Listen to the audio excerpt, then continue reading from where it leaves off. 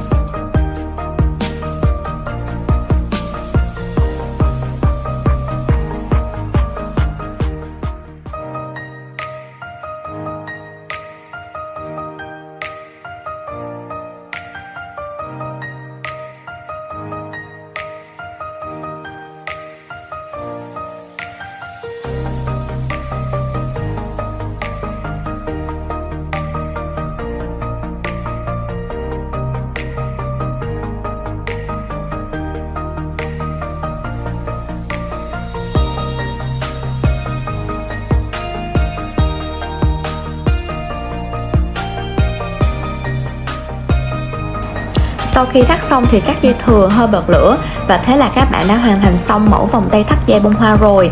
Toàn bộ các nguyên liệu đều có trên website, fanpage hoặc Shopee, mình để bên dưới phần mô tả. Nhớ subscribe kênh của mình để cập nhật các mẫu thắt dây mới nhé. Cảm ơn các bạn, bye bye.